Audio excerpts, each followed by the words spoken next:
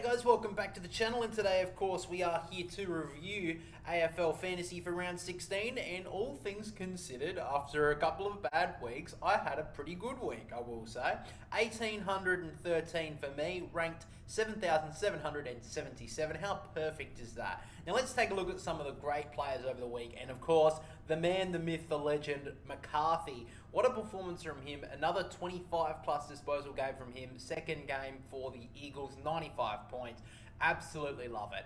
If West Coast drop him, I will be absolutely ropeable with the West Coast Eagles, and I think every single West Coast supporter should be ripping up the membership, because this guy is the future of the club, even though I think he's like 22 years of age. But anyway, Colby McKercher, great game from him as well. I brought him in over the last 3 weeks, and he has been a godsend down in defence. 103 from him, you love to see it. Jordan Dawson was pretty good with the 105. Nick Dacos as the vice captain, 137. Double that, 274. Absolutely brilliant. Connor Rosie with the 120. Rowan Marshall, 119. Luke Jackson, another good trade from me, 107. And then looking at a couple of lesser lights, in my opinion, Matt Roberts, he'll be a rage trade, we'll get to in a moment. 45 points from him. Harry Shee's only got 65. Granted, they didn't have a very good performance, North Melbourne, but still not really that good to see. Adam Chera got 59 in a really terrible performance for the Blues. Max Gawn didn't have a great game against the Gold Coast, only got 89. Matt Kennedy in his first game for the team got 86. Would have liked a little bit more from him. Chad Warner hasn't really done a lot since I brought him into the team. He is a forward line player for me. He got 89. Would have liked a little bit more. Isaac Rankin as well, 82. Would have liked a little bit more. But look, all things considered, really didn't have a lot of bad players. I mean, Wilson I did bring in because he was debutant for the Blues. He only got 25, but look, he's debutant. What am I expecting, really? So overall, though, I think it was a very good week for me. I mean, inside the top 10,000 in the rank for the week. I haven't had that in a while, so I'm going to take that. Definitely. Now, my brother this week scored just more than me. He scored 1,815, so he scored 2 more points better than me. And a lot of people must have scored pretty similar to me, because he got, nearly 200 rank. He was 200 rank in front of me. Now, looking at his team, he had a very good defence. I'll give him that. He had Wanganeen Miller with the 109. Jordan Clark, what a great player he's been for my brother. He got 122. Rory Laird, 105. Then you look in the midfield, that's where it kind of drops off a little bit. I had a couple of better players. He had Tom Liberatore with the 57. He's really dropped off. Ned Long only got 80, which would have been a little bit more you would expect. Matt Liddy, of course, with the 61 as a reserve. Not the greatest, but, not the worst either. And then Tristan Cherry, 93. He's been off the last couple of weeks, but he has done one thing that I've got to give him a lot of credit for, is holding Neil Erasmus. He got 88 over the week, which was really good for Fremantle. I don't think anyone would have doubted him on trading Neil Erasmus a couple of weeks ago when he got a 30. I think it wasn't got subbed out. However, he held on to him, and he's done well the last few weeks. So definitely like that move from my brother. And Jason Horne-Francis, that's his rage trade, like my Matt Roberts trade. So that's kind of his team. I think overall, a couple of poor performances, but his defence is pretty much set for the rest of the year. So I think overall, he's probably made the right choice there. But let's get to the trades. So my trades at the moment are going to be Boxall out for Rouston, and I've got rid of Matt Roberts for Tom Green. Rouston I've brought in because he's playing a little bit more of a midfield role for the Giants in the last couple of weeks, and I think most people are going to bring him in now after his bye.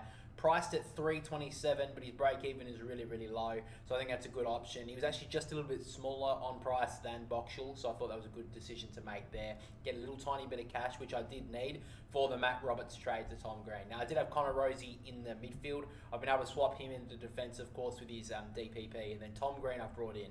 The reason why I brought him in is because he's sub-million in price, and he's got the West Coast Eagles this week. I think he can have a really good performance there, and I think other than that, he's had a pretty underrated year for mine. Not really a very popular player, but he's very consistent, and that's what I really like about Tom Green. I think he's going to have a big game against the West Coast Eagles in his first game for my team. Matt Roberts has kind of dropped off, in my opinion, for Sydney, so I think it's about time to get rid of him. I think he's probably I don't know if it's an injury, because he did have an injury a couple of weeks ago, but I also think that a couple of players coming in the last few weeks for the Swans are kind of taking away his kick mark game. So I think it's a good time to get rid of him. And then at this stage, that's kind of how I'm leaning to. However, the reason why I say this is at my trades at the moment is because if Tom McCarthy has a brilliant performance as a defender in the Friday night contest that they play, I may reconsider a couple of these trades. I don't know how I'm going to be able to do it. I am going to get a little bit more adventurous here because the Giants obviously play the West Coast Eagles. If Tom McCarthy, if I may change that around and potentially put him into my midfield as a player, and then get rid of Angus Sheldrick for someone, because I like how Tom McCarthy's playing at the moment. He's, getting a lot of disposals in the back half, and he's such a good user, which is something that I don't think West Coast really have much at all in that defensive half. So I think they're going to use him quite a lot more, and could potentially be a player to look towards the end of the year, because he just continues to score, I think, and it looks like he's scoring more than Angus Sheldrick at this stage, so he's one that I'm looking to get rid of for my midfield. And because Tom McCarthy is a defensive mid, I think that's maybe a trade I'll go for this week. However, I may wait in the next couple of weeks and then move McCarthy somewhere else. We just have to wait and see. However, my brother trade as well, he has gone with Camperali out for Harry Ralston, and he's gone with the rage trade of Horn Francis for Brian Myers. Now, we talked about this a couple of weeks ago, my brother's trades, that he did get rid of Brian Myers because of the week of the bye for the Cats. He's brought him straight back in for Jason Horne-Francis. The last few weeks really hasn't done well at all. He was definitely hampered by injury against the Swans 2 weeks ago, and then he was subbed out early as a precaution for Power this week when they were flogging the Blues. So it does seem he's playing through injury. It does seem only got 37 on the weekend, so I think that's a good trade for him to get Brian Myers back into the side. Just under $1 million as well, but also prayed up a little bit for Harry Ralston, but I think that's the cash generation that you kind of need in the next couple of weeks, because it's going to probably be tough for you to get some players in the last month of the season, especially if you are in league games. You will have to get players for the finals, which is actually probably 3 or 4 weeks away. So you definitely have to keep an eye out for that. But finally, of course, let's take a look at the AFL Fantasy League. And it does seem that the Delusional Fools is on top still. Matt Martin had a pretty good week from him, got 1875.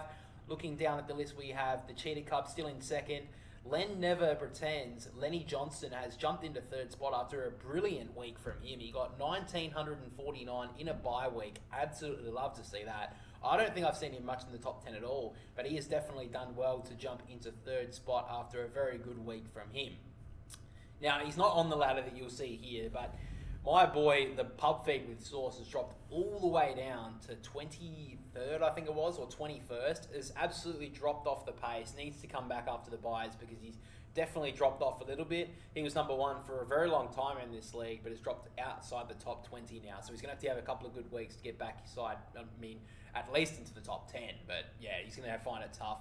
But looking where me and my brother are, my brother is placed at 40th in the league. I think that's nearly halfway. I think there's 89 in the league, so he's just over halfway. He is, 37 points in front of me, and is 3 spots in front of me because of that. I am on his tail. I'm trying to catch up. Demasters is in 41st spot. Freo Crunkers, is that the name? That's a good name. I like that.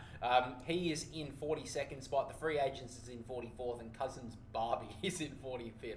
Like a couple of names there, but you can see there the difference between 40th and 44th is not even 60 points. So a little bit of a logjam around the 40 part, but I want to try and finish in the top 30 this year. I don't know if it's going to be tough to do from here, but I think I'm going to make a bit of a charge, but it's going to be a bit tough. So that's pretty much all we have for the AFL Fantasy Review for this week, guys. Of course, make sure to like and subscribe if you did enjoy it, but for now, we'll catch you all in the next one.